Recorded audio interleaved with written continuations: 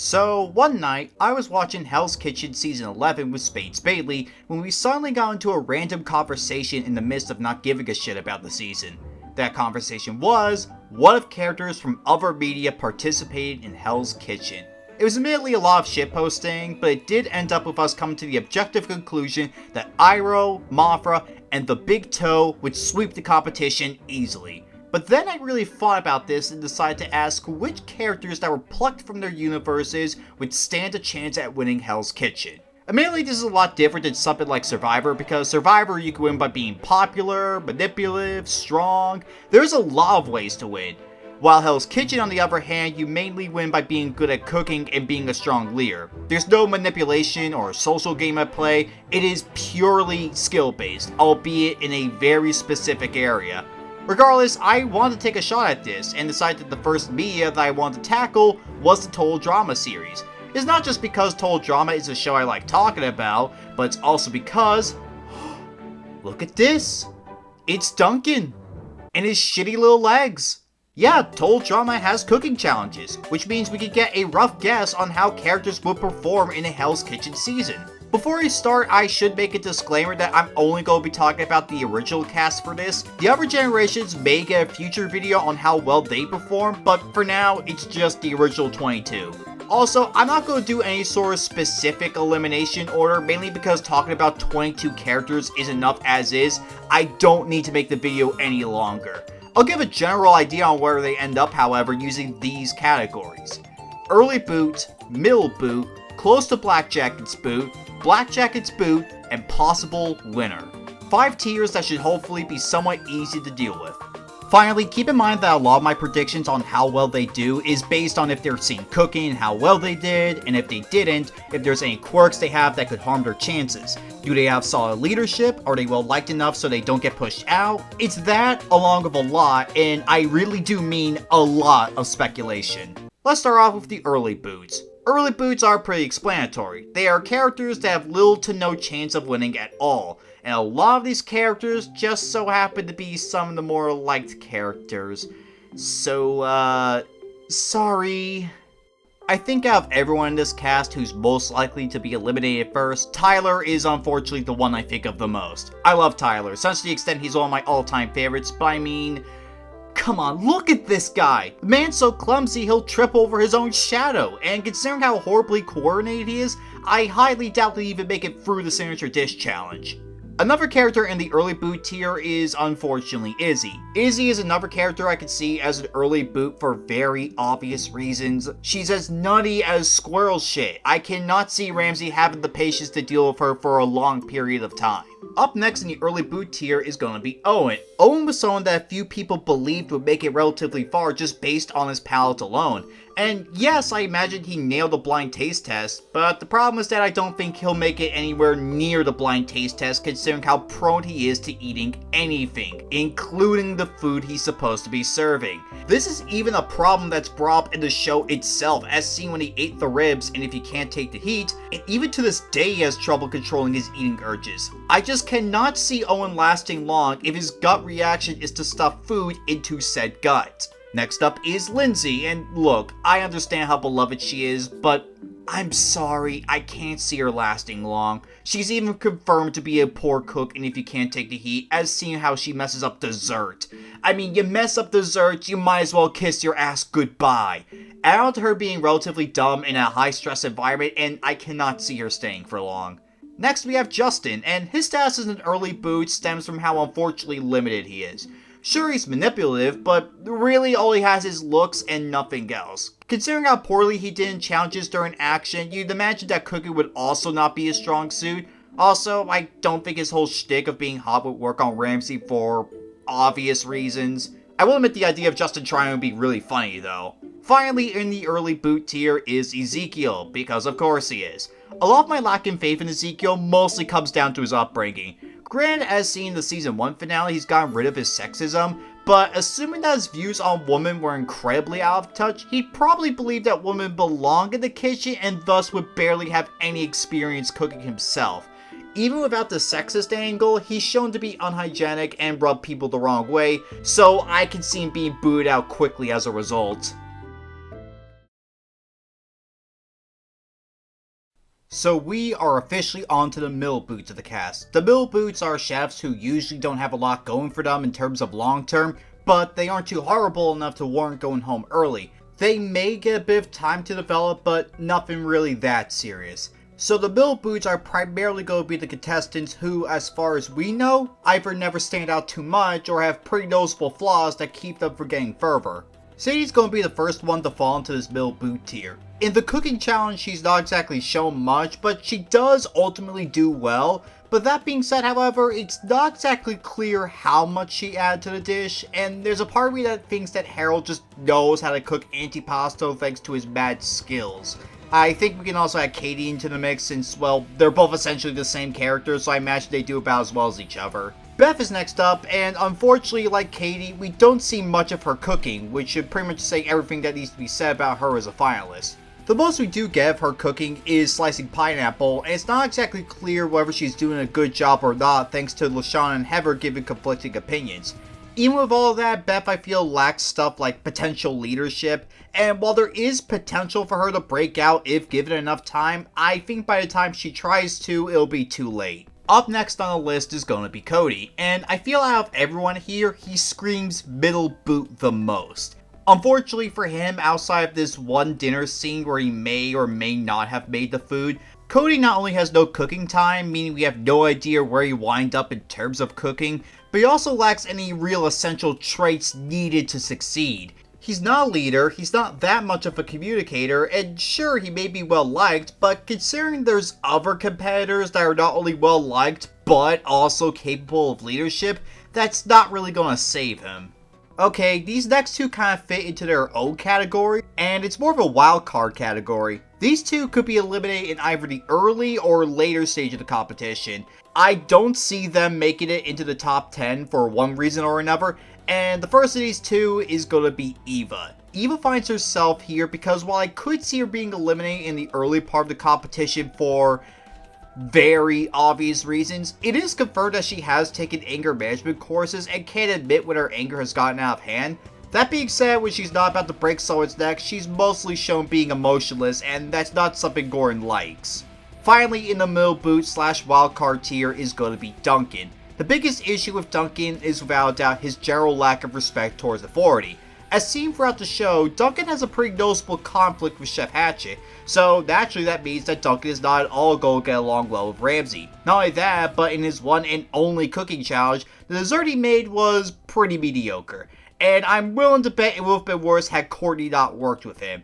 I could see him avoiding being an early boop simply by being less bad than the other chefs, but at the same time, if he makes it further, then I could see him being outright ejected once he pushes Ramsay's buttons too many times.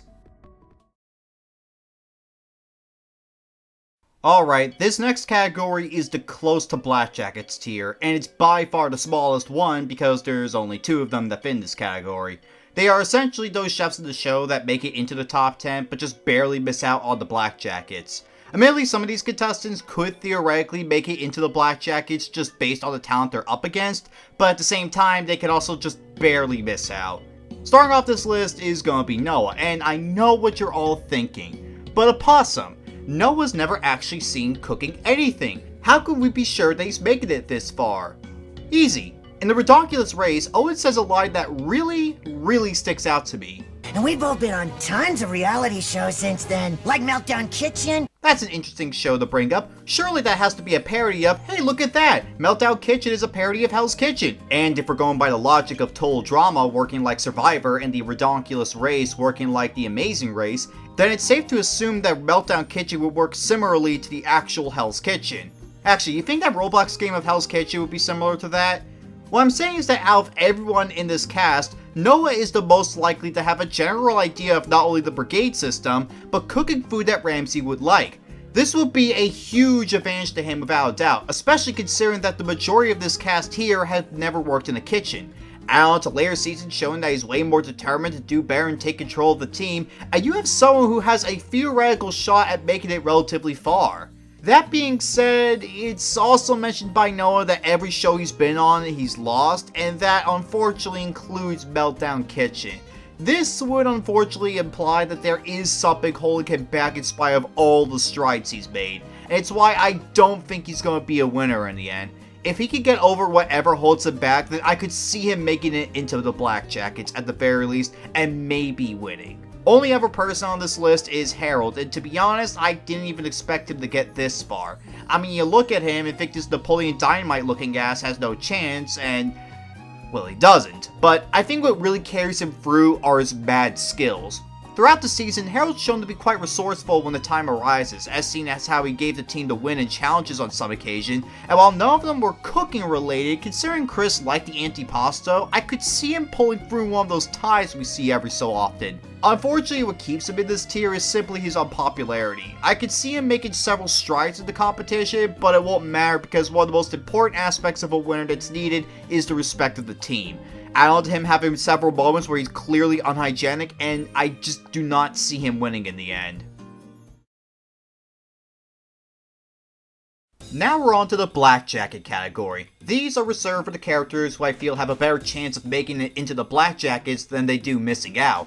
Think of it as like a 75% chance that gradually goes up of making it in, as opposed to Harold and Noah having a 25% chance.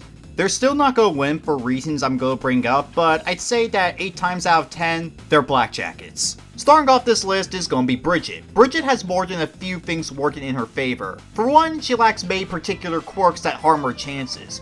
Sure, there's her being a bit clumsy, but I wouldn't consider her anywhere near as clumsy as Tyler is. She's also shown to be a good team player and generally likable. She also has the ability to be assertive, as seen when she stood up to her boyfriend, Captain Hollywood, in action. I guess the only thing that makes me somewhat question her is simply the fact she's a vegetarian. While there is a possibility that she could pull an Emily and be a solid chef in spite of her being vegetarian, she could also go down the route of Josie and be an absolute disaster on meat, which I hate to say is probably what's going to happen. I still think she'll make it into the Black Jacket simply based on the combination of likability within the team, the teamwork, and the ability to be assertive when the time calls for it. But it's the vegetarian stuff that ultimately hurts her chances. Next up is going to be Trent, and Trent honestly only winds up here simply because compared to the others, he doesn't really have that many flaws. He's shown to be relatively laid back and nice, and isn't an idiot by any means when it's confirmed he has straight A's. Really what keeps Trent back is him being a really shitty leader, but turns out being mostly generic helps. Next in the list is going to be Gwen. Gwen is someone who I feel has a lot working in their favor. She's smart, she's level-headed, she's got a good heart, she's someone that from the offset has the potential to make it relatively far. Also working in her favor is actually her development. Seeing as how Hell's Kitchen loves long-running stories, and Ramsay especially loves chefs who have a growth over the course of the season, Gwen going from harsh and sarcastic to much more open has the potential to carry her reasonably far. Hell, she doesn't even seem to be that bad at cooking. Like, sure, she messed up dessert, but I chalk that more up to Lindsay than her. I guess the only thing that keeps her back is her simply not being a leader, but honestly, if she were to display some level of leadership skill, then she'd have a reasonable shot at winning. Up next is going to be Heather, and Heather's going to be an interesting one because I very nearly put her in the potential winner tier for a few reasons. The first is that Heather, as much as the others hated her for doing it, is a leader. In the cooking challenge in Season 1, she took full control of the prepping and clearly wanted to win. Additionally, over the course of the series, she goes through character development, going from rude and antagonistic to being, less rude and antagonistic. And I'd say it's enough for her to make a deep run. Unfortunately, what does keep her back is, well, we saw how she led. She led with an iron fist and got people so pissed off at her that they'd rather lock her in a freezer than listen to her. To be honest, Heather gives me vibes of a finalist who loses in the way that Russell from Season 8 does. Next up is Courtney, and like Heather, I also thought she had a chance at winning before I realized there were a few issues with her. Starting off with the positives, Courtney has a lot of determination to be a leader, something that Ramsay always likes to see. And as seen as if you can't take the heat, while she did come up with a mediocre dessert dish, I'd argue that Donkey was more at fault and Courtney would have an idea on how to cook. That being said, as much as she wants to be a leader, she's not a very good one. A common trend throughout the series is how she wants to take control of the team she's on, only for her team to dislike her. Honestly, the furthest I see her getting is the past performance, because even though she is a perfectionist, I think she lacked the respect needed to run her brigade. Finally, and I know this is going to be a real mind screw, but just please hear me out on this, DJ is not winning Hell's Kitchen. let's get the obvious positives out of the way. DJ is legitimately confirmed to be a really good cook. This alone gets him into Black Jackets at the very least. And I'd argue out of every single Total Drama character, he's the one most guaranteed to make Black Jackets and get to run the pass. And that's unfortunately where he fumbles. As strong as DJ is in the kitchen, the dude just cannot lead. He's way too timid, he's way too sensitive, and I'm gonna be honest, I don't think even a pep talk from Ramsay will save him. I'm sorry to anyone who thinks DJ would win, but until he learns some long-term assertiveness, he can't win. And now for the final tier, the winner tier. This should be pretty obvious. They're the competitors who could have the best shot at winning a season in a theoretical Total Drama themed version of Hell's Kitchen. I'm actually going to mix things up a bit and rank these two chefs in terms of likelihood to win, and starting off this list is Lashana. Lashana ends up in this tier mainly due to her general likability. She's shown to be well liked by much of the cast, even by the more antagonistic ones, and with her general confidence, that means she could hold her own when it comes to leadership. I guess the only thing holding her back a tiny bit is that she has some sensitivity issues when it comes to food, but really that's more of a nitpick.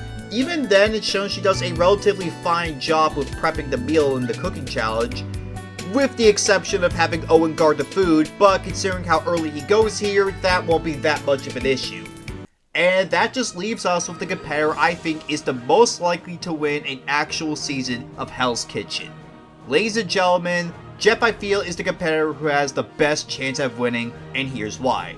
Let's start with the obvious. Jeff is clearly familiar with food, as seen when he comes up with an Italian themed meal in the cooking episode. That alone is enough to qualify him for Black Jackets compared to everyone else here. But then he pretty much manages to prove himself when he manages to lead his team to an overwhelming victory. Sure, some of that was because of Heather's terrible leadership, Owen eating the food, and Beth bringing back the Tiki Idol, but considering he got his team a 21-12 win, I mean, come on, that has to count for something. Also helping his case is simply the fact he is well liked, meaning he could easily take the leadership role and no one would really call him out on it. I guess the only flaw he would have is being kind of stupid on occasion, and as seen in the Aftermath specials, gaining an ego. But I feel considering how much he locked in for the cooking challenge, the ego is deserved, and if it gets too out of hand, all he needs is a really good reality check and he'd be back to normal. But yeah, I feel that out of everyone in here, of the original Total Drama cast, Jeff has the best shot at winning Hell's Kitchen. And that's pretty much it. The original 22 Total Drama competitors and how well they fare in Hell's Kitchen. I feel for the most part if this were to be an actual season, then maybe some things would change around. For example, competitors like Trent and maybe Bridget would probably miss out on Black Jackets. But I feel for the most part this would be pretty accurate. Depending on how well this video does, I'll make another one for the other generations, as well as Alejandro, Sierra, and Blaney, since they all should be pretty obvious on where they end up. Also, I really want to thank Ultranag Productions for the help on the video. He's way more familiar on Total Drama than I could ever hope to be, and I don't think I could have found the general spot on where these competitors would end up if not for him. Anyway, that's it for me. If you liked this video and want to see more, please feel free to like and subscribe, and I'll see you in the next video. EternalOpossum, out.